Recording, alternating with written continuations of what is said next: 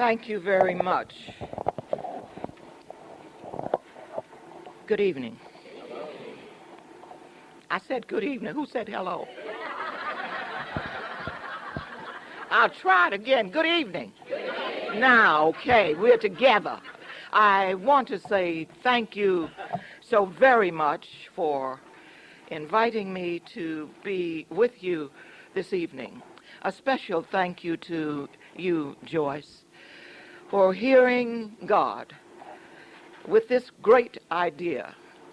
I need it, and I'm sure most of us need it. Thank you. I'd like to say thank you to Richard Billings. He opened the festival this morning. Several times I started to get up and push him down because he was saying everything that I am going to say. But if we are not saying the same thing, then we're saying nothing, because there's nothing else to say but tell the truth. So I'll forgive you, Richard. Now, I got to correct something with Richard. Now, understand, Richard, Joyce, and Coleman known each other for an awfully long time.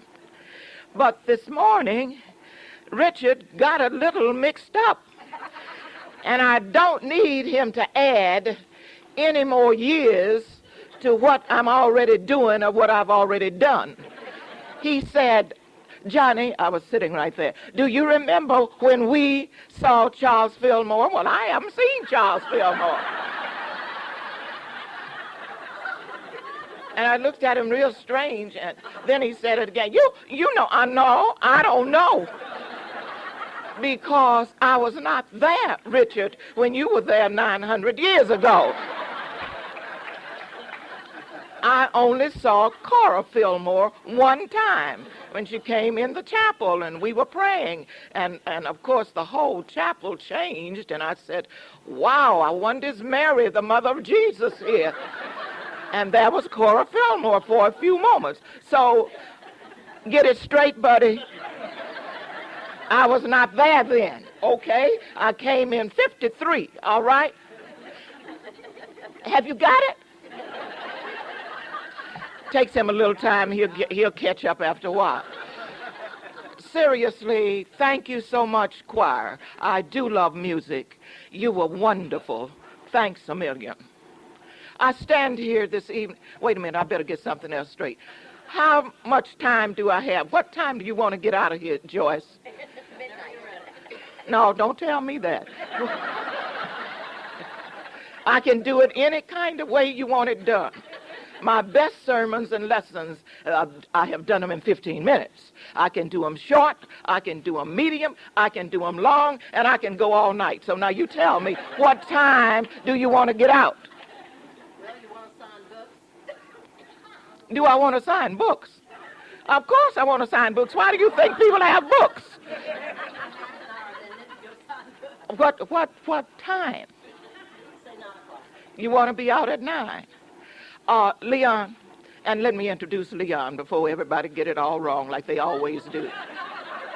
His name is Blair and mine is Coleman, and he is my administrative aide. He's also the vice president of the board, and he travels with me, thank God. It has taken so much off of me.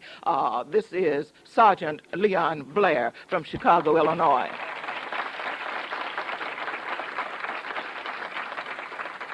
And from Virginia Beach, right here, is the Reverend Michael Kelly that is studying at the Johnnie Colemon Institute at this time.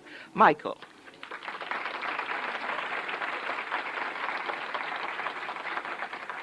And with me is an adopted, I don't know whether I wanted her or not, but I didn't have any choice. Since 3 years old, she would stand outside of my office until I finished all of my sermons or whatever I had to do, and she was right there at 3 years old. She's now in the Navy, and I told her I was coming here, and she said, well, you know, Mom, if you come in here, I'm going to be there. And I said, well, fine. And her name is Felisa Coleman, M-A-N.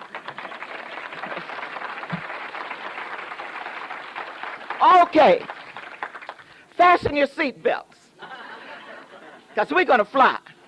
Whether you want to or not, we are going to fly. Now remember, I think I was about the loudest one at Unity School. All the time I was there, I never could get it. And that was to be very soft and quiet when you talk to God. Well, why am I going to be quiet for God? God already knows what I'm going to say. He's going to say it through me. So I always talk loud enough so the people could hear me. Michael warned me a few moments ago when he looked to see how short this thing was. He said, now you be careful. You can't do that moving around that you usually do. I could never stand in back of the lectern like we were supposed to do at Unity School. I could never do any of them things right. So I just did whatever it was I had to do when I had to do it.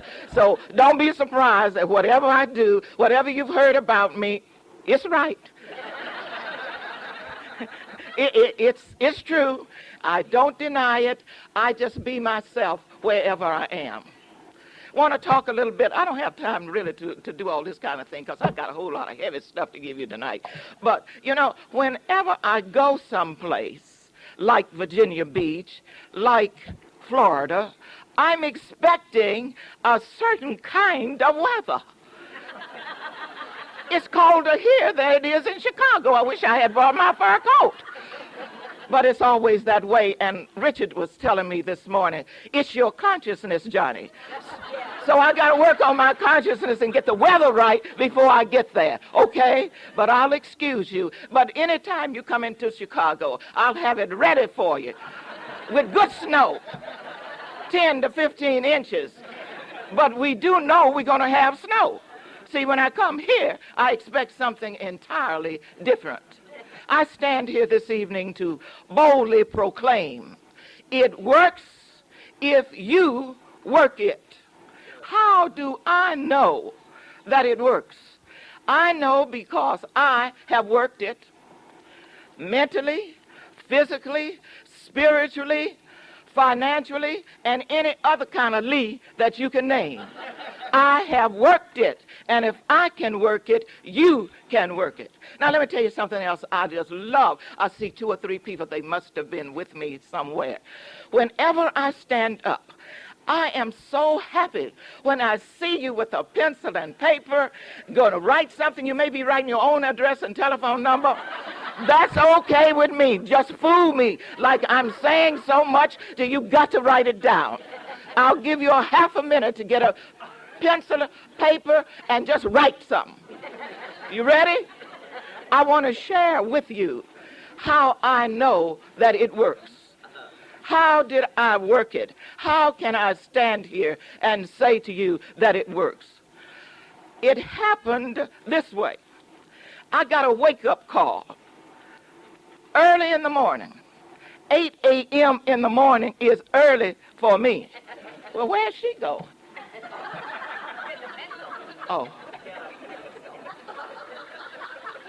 Before I was so rudely interrupted, I got a wake-up call. 8 o'clock in the morning. I answered the telephone, and the voice on the other end of the line said, Johnny, I'm not going to tell you my middle name because since I've been up north, I don't use the middle name. Johnny Haley, we have bad news for you. I thought to myself, it's bad news to hear your voice at 8 o'clock in the morning. But anyway, yes, you have 6 months to live. And I said, I beg your pardon. You have 6 months to live. You have an incurable disease. Medical science said, and I said, you don't have to say it anymore. I heard you. 6 months to live. Yes, bang. And I walked away from the telephone, tears streaming down my cheeks. Now, I'm not one of those crying women. If I cry, it's serious. Because I cry loud and long and a long time, like I will never stop. So that's why you don't want me to cry. I left the telephone crying, and I bumped into the cocktail table in our living room.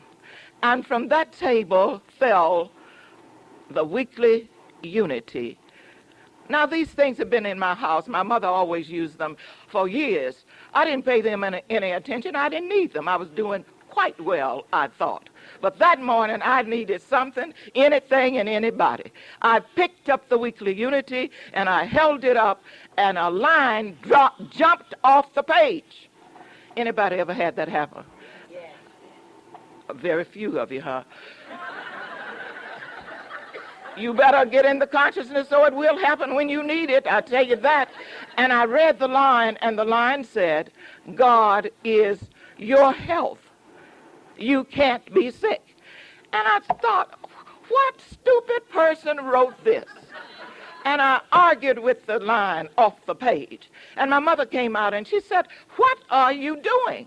And I said, I want to know who wrote this. And how can they say this when the man just told me I'm going to die?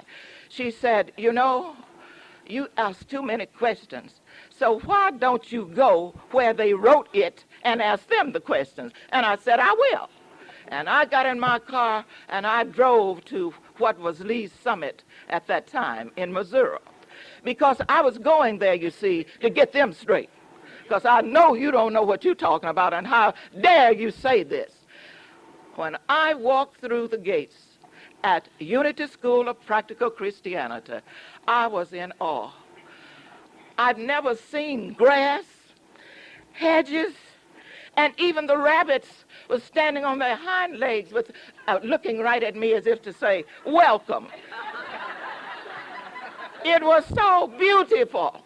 I'd never seen anything like it. And then a lady walked up to me, and she said, my name is Vera Dawson Tate. And I thought to myself, so what? She says, I am a teacher here. I said, oh? She said, could I help you? I said, yeah, somebody help me. I'm going to die in 6 months. She said, you are? I said, that's what they told me, and I guess I am. She said, well, let me tell you, you don't have to die if you don't want to. I said, well, I don't want to die because I haven't learned how to live yet. And she said, I said, what do you have to do to not die? She said, we have training school, and we teach you how to live.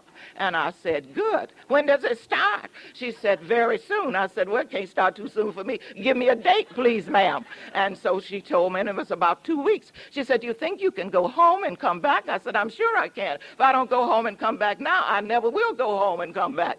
So she could understand that. So I went home, and when it was time for the school to open, who was the first one in class? I was right there with my pencil and pad, and I went to Unity School. You had to attend 4 weeks for 4 summers, and I was there. But let me tell you, after that first 4 weeks, I knew I could set the world on fire. Have you seen those people that had 2 lessons in truth? Ready to start a study group? I was ready. But when nobody listened to me. So I thought, what can I do? I've got to share this with somebody. And then, I'm not going to say this idea came from God. Anyway, I thought, if when my family sits down to eat dinner, I'm going to teach this stuff that they taught me. And my family sat down. It was 4 of us. Then it increased to 2 more because my beautician said, you look so good and so different. Whatever this stuff is you getting, I want some of it. I said, come on over and have dinner with me every day. So now we've grown to 6, and then we grew to 8, and then we grew to 15. And oh boy, I'm really teaching. I'm having a ball. They couldn't do anything about it. They had to sit there because they wanted to eat. And so here we are. Here I am, looking better, feeling better, walking better, talking better. This is what I like about truth. You don't have to tell anybody what you're doing, nor where you're going, because the change takes place inside of you. And I changed so much until I frightened myself. I no longer wanted to stand toe-to-toe with anybody. I didn't have to anymore, because when I let the healing take place within me, and I erased everybody and everything so that my channel, so that God could express himself the way that he wanted to express himself through me. So that's how I know that it works, number one. Then people started saying such wonderful things to me. Finally, they said to me, why don't you put this stuff in a book or somewhere so that we can read it, so that we will have it, so that we can say, yes, here are some of the principles. And you know, I am strictly a principle person. Now, if you're wondering, let me get this over before I get into the book, because everybody wants to know, well, where are you now? What are you doing now? I'm happy to tell you that I successfully, spiritually, and every other way, finished Unity School. In 1974, I knew I had finished what I was supposed to do at Unity. I met these guys, and we were all on committees and everything that they had. We were there, and I had served what I was supposed to serve. And so I left Unity School and organized our own organization, and we call it the Universal Foundation for Better Living for churches, it's for everybody. I wanted a platform for people. I'm about people, green, yellow, black, polka dot, no color. I am about people. So we have the Universal Foundation for Better Living, and as Joyce got all into what was going to say a minute ago, I wanted to tell about me being a builder. I didn't want you telling about me being a builder. That's part of my story. And we built the first Unity Church in the city of Chicago. From that first building that would seat 500 people, and it was a jewel box, you know, and it's just really still standing there. Not as pretty as it was when we were in there. It's not possible for it to be, because we took a lot of the beauty out of there. But anyway, then we had to build the second building because we had outgrown the first building. The second building would seat 1,500 people, and I looked around, and we were doing 3 services. And finally, I woke up one morning, and something said to me, if you keep doing 3 services, they will soon look over in the casket at you and say, why didn't you practice what you preach? And I said, God, that's all you need to say to me. I went to church, and with the 3 services, I said, I'm finished, not doing 3 services anymore. That's it. Then they said, well, we've got to build another church. And I said, you're right. This time, God, let's build a church big enough, because I don't ever want to do 3 services again. And we are now in the church, and it was a seating of 4,000 people. One day I got smart. You know, I get very intelligent sometimes. And I got up and I said, I don't want these pews anymore. I want theater-type seats. Well, now that cut my seating down. We still seat 3,500 people. But as soon as I get the consciousness to attract all of these millions of dollars, I'm taking them theater seats out, and I'm putting my pews back in. So by the time you get there, there'll be enough seats for you to sit down in the pew. The address is 11901 South Ashland Avenue, Chicago, Illinois. Come whenever you're there. Make sure that you come by to see us. And slip off from your own church sometimes and come to see me. Be sure to speak to me, but don't say, do you remember who I am? But I'll tell you, no, I don't remember who you are, but I'm so glad you're here. Impossible for me to remember who you are, but I love you anyway. You know, I used to try to stand there and pretend, oh yes, I remember you. And then I decided, why do I lie every Sunday morning? And I just walked off the pulpit. So now I am very honest, and I say, no, I don't remember. Some of my friends here that have known me for 900 years, you know, and they walked up to me and said, remember me? And I said, oh, no, I don't remember. Help me, will you please? But when you come, make sure that you speak to me, and make sure that, don't ask me, do I remember? Just say, I saw you in Virginia Beach, and I'll remember who you are. Okay? Okay? All right, you're not in church. Thank God we're not in the church, so you can talk. And, you know, I like to get a little response to know that I'm not just here doing this all by myself. People ask me, why don't you put it in a book, Johnny? Why don't you put it on some paper? Listen, Leon, you got the time? What time I'm supposed to stop? If I forget to look at you, you be sure and stand up. I told him to do this for me at the last place that I spoke. Where was that? San Francisco. And so he was holding up his hand. I didn't look at him. I didn't know he was holding up his hand. I was busy doing what I was doing. Then he stood up with the camera and made my picture. And I thought, oops, I'm not quite ready. Why is he making my picture? And when it was over, he said, I was trying to tell you that your time has been up. I said, oh, So I'm trying to get a new system now. When my time to just stand up. No, don't do that, because I won't see. Get up so that I will know. Okay, because sure enough, when I get started, man, I go and go and go and go. And don't let me step back off of this little short thing, because I move. But if that happens, just come somebody and pick me up, and I'll just finish my talk. Okay? All right. So I'm trying to answer what people said they wanted done, and that was to put it down somewhere so that we have something, a guide, to know that what worked for you, Johnnie Colemon, will work for me. And so I started out, okay, so I'll do 2 books. Really started out to do 1. And the principles got so good in that 1 book until I said, can't get everything in it. Now, I'm really not up here to sell books. Get that straight. But if you happen to want to buy them, I will be right outside of the table to sign them. This is book 1. Book 1, the color is red.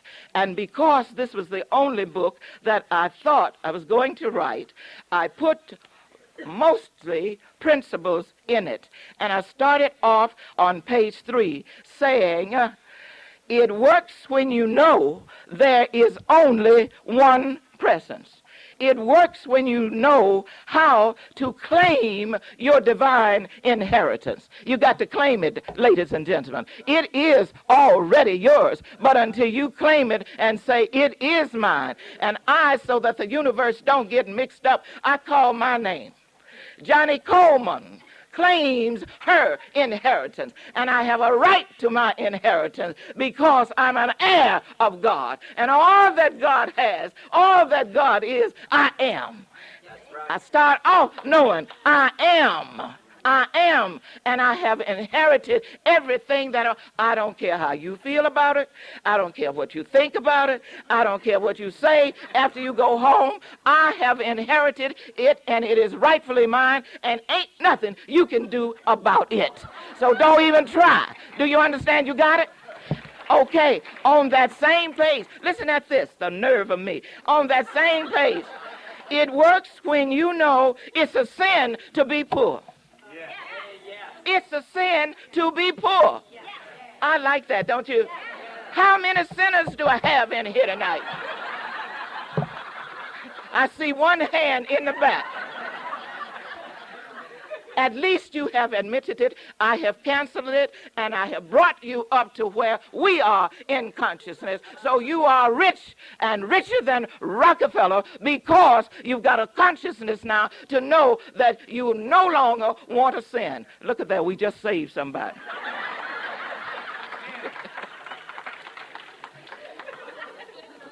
On principles.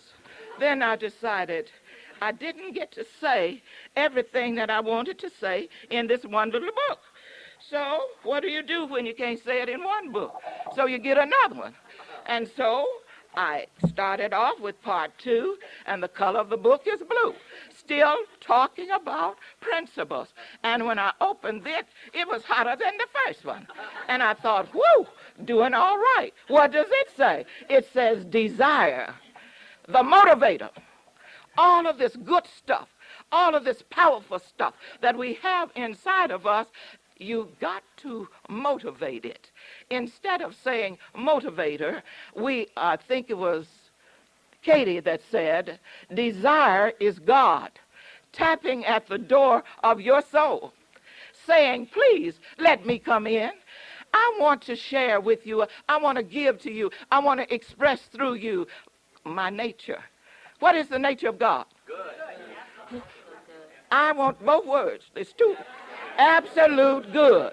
The nature of God is absolute good.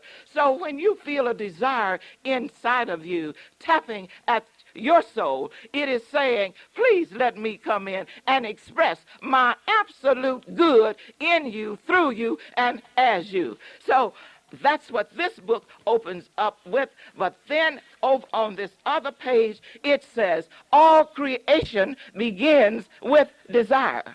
The Bible says it this way, and I like it. This is the other Bible, you know, it says, you can pray for anything, and if you believe you have it, it is yours. I like that. So what is it saying? That this is the law of achieving your dream, whatever it is. Conceive, what else? Believe, what else? Achieve. Conceive, believe, achieve. Now, if you don't know that, write that down. What did it say? Conceive it, believe it. All right, all right. That which you can conceive of, believe in, and confidently expect for yourself must necessarily become your experience. It works according to law. If you don't have a dream, get yourself a dream. And then this book talks about after you have the dream, and it tells you what to do and how to do it. But don't let me miss the three things that are outstanding in doing this. Remember, you've got to be firm, you've got to be bold, and you've got to be determined. I call those the 3 B's to bringing forth, to working whatever it is that you need to work in your life, in your world, and in your affairs. What are the 3 B's? Y'all a little slow. Wake up, because I want you to wake up with something in the morning. I don't want anybody to meet you tomorrow and say, did you go hear Johnnie Colemon last night? Oh, yes. What did she say? Oh, I don't know. She was funny, but I don't.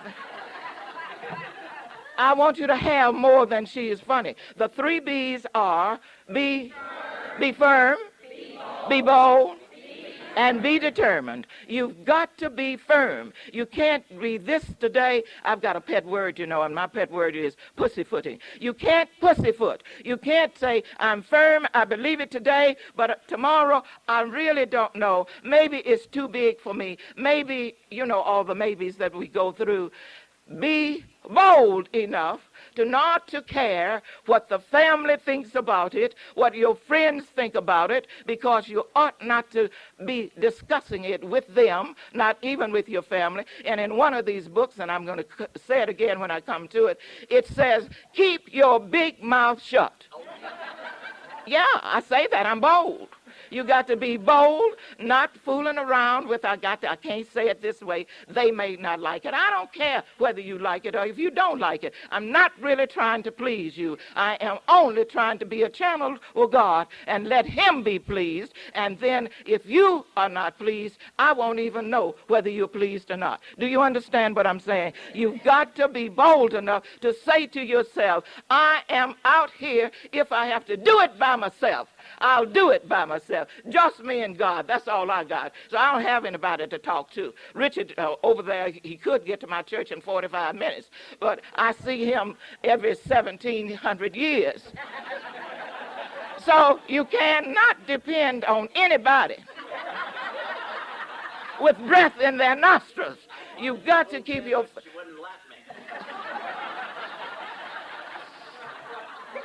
You had your turn this morning. I'm bold enough, firm enough, you don't take my thing tonight. I got a good thing going, so now you do yours next year. Okay, be determined. Be determined. I wish I could stand here and say everything's going to be so peachy and rosy until you won't need to be determined. But I have found, ladies and gentlemen, that the closer you get to doing what you ought to do, you see, I believe that we all have assignments. I believe that I have a definite assignment. Richard has an assignment. Joyce has another assignment. And that everybody has to do what he or she is assigned to do. I cannot do what Richard does. I cannot do what Joyce is doing in her church. And certainly they can't do what they do in my church.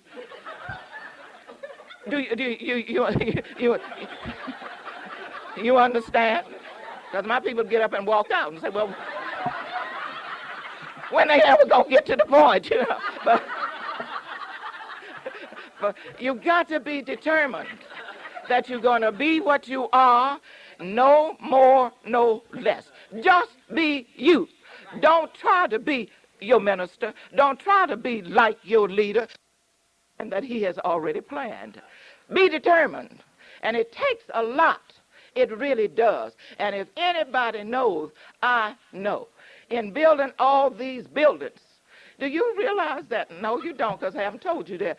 But do you know that we are building the Johnnie Colemon Elementary School, and the foundation just got in, and I had to be... Wait a minute. I have to be determined because you have to have a permit in Chicago to build any building. I don't know about any place else. Do you realize or do you know that they didn't give us the permit until Friday? We've been waiting on the permit to build almost 2 months. After the foundation was in, we couldn't do any more work because we couldn't get a permit. I said to God, and, you know, we are very good friends, and we talk just like I'm talking to you. And I said to him early one morning, I said, God, do you remember that I am the same woman that built the other 3 churches? God said, yes. I said, God, do you realize that I am still a woman? God said, yes. God, it's very hard for a woman to be a builder in the city of Chicago, and especially when her church, very few churches in the city of Chicago, not involved in politics. My church is not involved in politics. Just me and God. Now, God, do you realize that you're going to have to get the permit, because I am not going to let them draw me in to politics to get a permit. Do you know all that, God? God said, yes. Surely, God, you have forgotten that I'm black. He said, no, I made you black. I said, you got to be kidding. Do you remember? It's 3 times as hard. And God said, you are my builder. You have the vision, you build. I said, yes, sir. So then I said, I don't care how long it takes. God is in charge. And when he's ready to build his school, he'll get the permit. He'll get the other $500,000 that we seem to need. And I don't think we ain't got no money. We already got $5 million something dollars, but we need still $500,000. I have released it. And I discovered when you're determined, you let it go and just let God do what he has to do when he wants to do it. So I've let go, and I'm sure by the time I get back, they will have used the 50,000 bricks that's out in the yard, and the steel is already cut, and they will be doing whatever it is they have to do. I say to you, to be determined really means let go. You get your nothingness out of the way and let God do what has to be done. It works if. You work. Come on. Two people in here know it. I'm so proud of you. Go to the head of the class. I'm going to try it again. It works if I work it. Make this thing personal, because I want everything that you are desiring, everything that you think you need, everything that you want. I want it to come forth in your life, in your world, and in your affairs. And how do you do it? It is nothing special. I am nothing special. I want to change that. I didn't like the way that sounded. I am trying to say, you have the same things that I have. God gave it to all of us. God's idea, his ideas are within each one of us, waiting for us to wake up. And sometimes the wake-up call comes in many different ways. I am so thankful that I had to have the experience of expressing healing. I'm glad, because otherwise, we are so smart, you know. We think we know it all. Nobody can't tell us anything. But when something shakes you until your teeth rattle, you will then be ready to listen. It stopped me, and I'm very glad, or I wouldn't be here sharing with you this evening. Okay, couldn't get everything in those 2 books.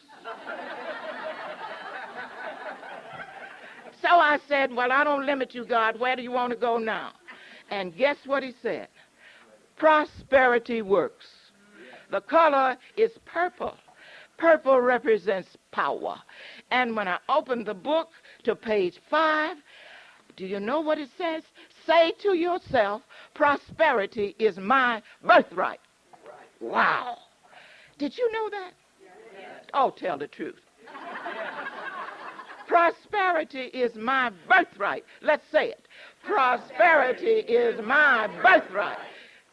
Yeah, you kind of said it like you believe it. But what did you just say? What does that mean when you say prosperity is my birthright? What does the word birthright say to you? What is that saying? Huh? Come on. Inherited it. Yes. The answer, no answer's wrong. It's right. I might not agree with it, but it's still right because you think it's right. And if you think whatever you think about it, that's what it is. Prosperity is my birthright. Prosperity, it means that I am entitled to it. I am entitled to it.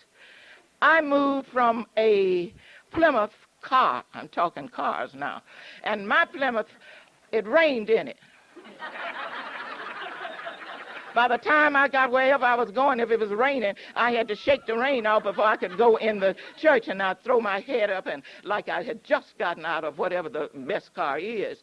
But affirming and getting it straight in my mind, in my thoughts, and in my feelings that prosperity is my birthright, I have moved from a Plymouth. Oh, I don't know how many cars. You know, you take it step by step. And I didn't get to the Cadillac, the next thing. But I kept moving up, affirming prosperity is my birthright. And now when I'm talking about me, understand, I'm not bragging. I'm just telling you what can happen, and it can happen to you. Not only do I have a personal car, which is my car. And when I say my car, I mean that. The church didn't pay for my car. I paid for my own car so I can stand up and publicly say, this is my car. And the things that I want to say is mine so that I can continue to say whatever I want to say whenever I want to say it because, nobody controls me. I say what I have to say, and if you don't like it, you can't take my car because it belongs to me.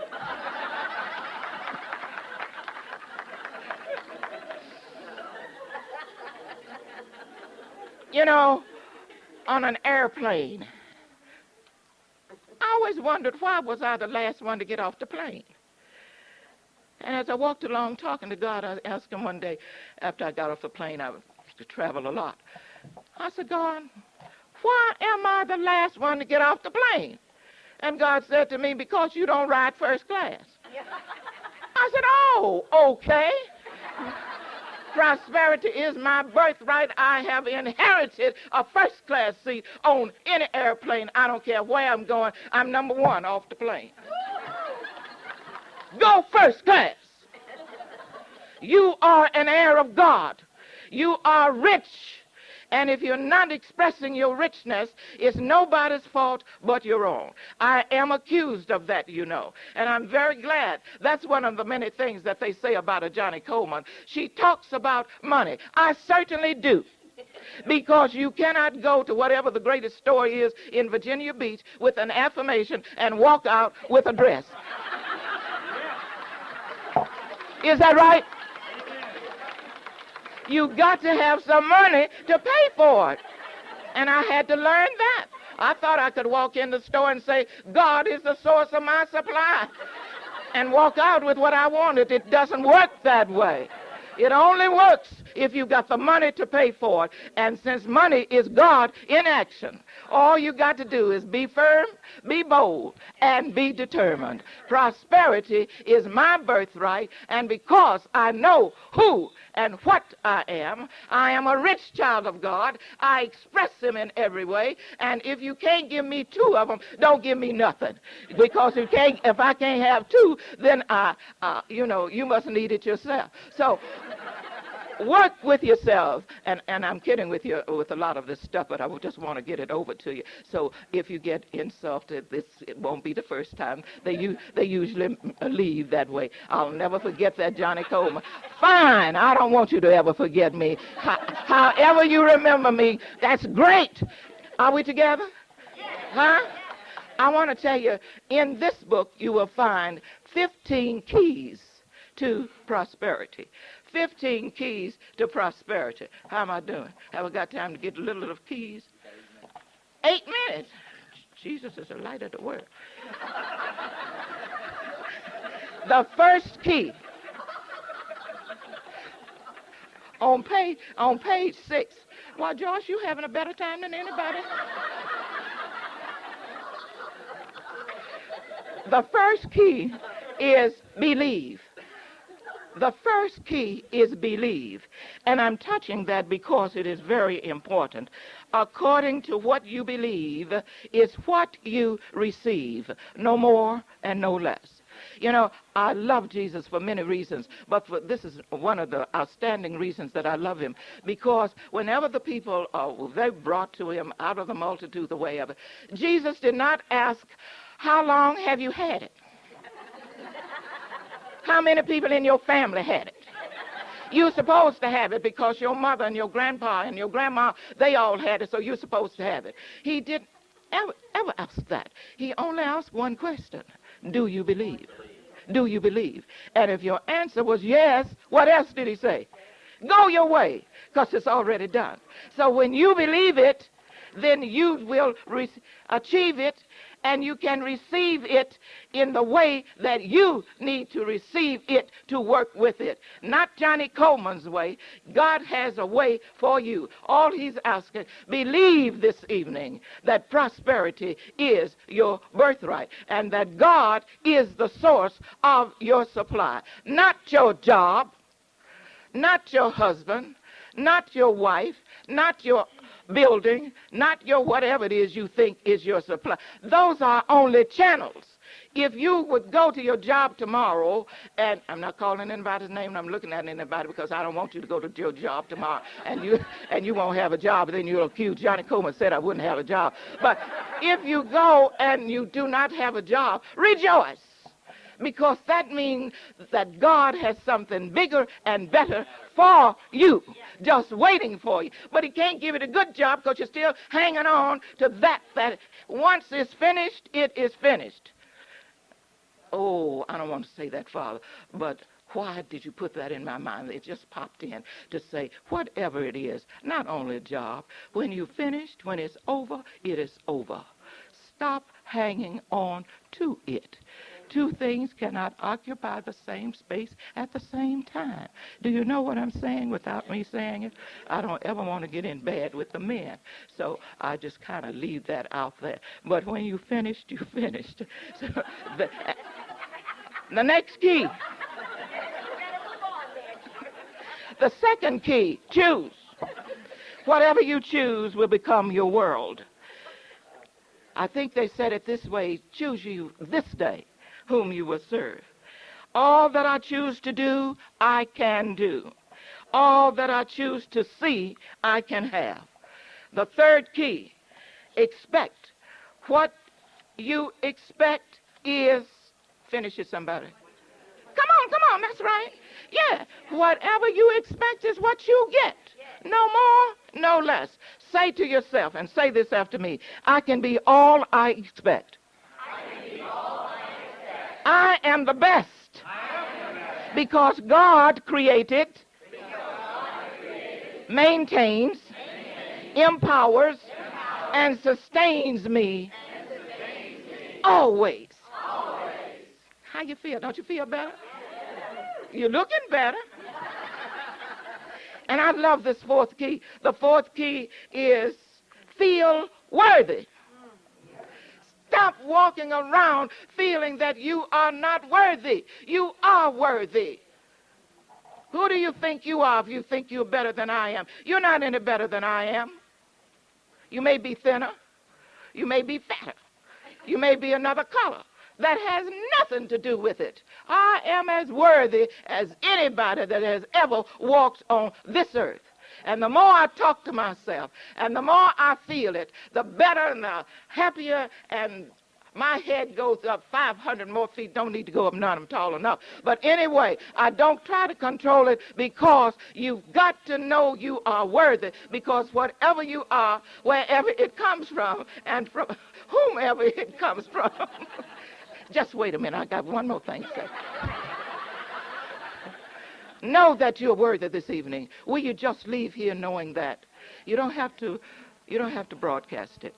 All you need to do is talk to you about you.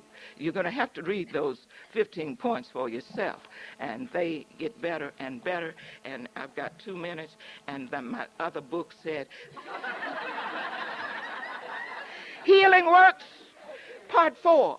And the color of the book is white. And I don't have to dwell on healing, because when you look at me, you're looking at a living testimony. And I'm sure there are a number of people seated in this place now that can share with you the healings. I had a major healing, but don't think that that's the only healing I've ever had.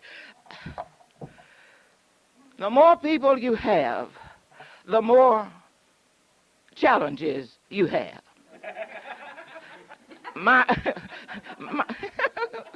I'm glad he articulated him. That's really great. Oh, my attendance, you see, in the thousands, and people said, "Oh, that's great," but that's more challenges that I have, which is wonderful. That's my assignment, and I'm happy with it. And I'm happy to say nothing is impossible.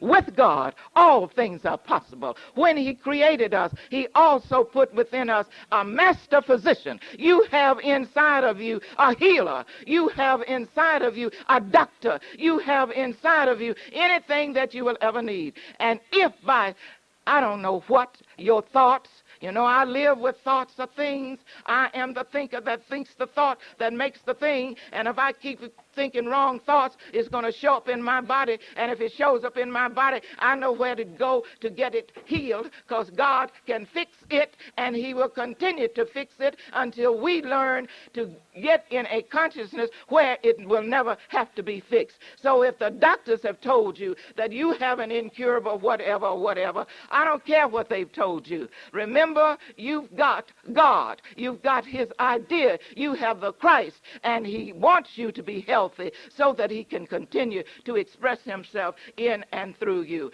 There are some definite points on healing in that book. My last book, don't put your hand up no more.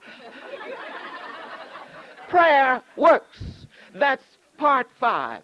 Prayer Works. And I give 5 or 15, I don't know what it is, 5, here it is right here.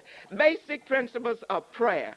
And oh yes, all underlined. Really regret that I don't have time to do this with to do this with you. And I talk about effective prayer. And I take all of these things from Scripture. So it's been really great. And I want to close with the last page of Prayer Works. Let's see, where can I get the less part? God's allness, his supply, his wholeness, prosperity, and power are ours without distinction. The truth about you, I know I wanted this for one reason. I want to talk about you. The truth about you is that there is no L-A-C-K. What does that spell? The truth about you is that there is no sickness. The truth about you is that there is no absence of God in your experience. Know that everything and everyone that concerns you is now made every whit whole. And know that as you believe, so you receive. As you believe, it is done unto you as you believe. And I close with telling you that there is a sister book to the 5 books that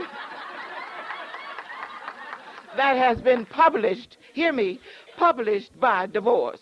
And it is now in its 3rd printing, and the title is Open Your Mind and Be Healed. I don't have time to tell you how many testimonies have been given because of the simplicity of the book and because of the healing that has been taken, that is and will continue to take place in the minds, bodies of people everywhere. It does work if I work it. Please make it personal. I'll keep you here all night. It works if I work it. Say it again. It works if I work it. Are you going to work it? Yes. Are you going to work it? Yes.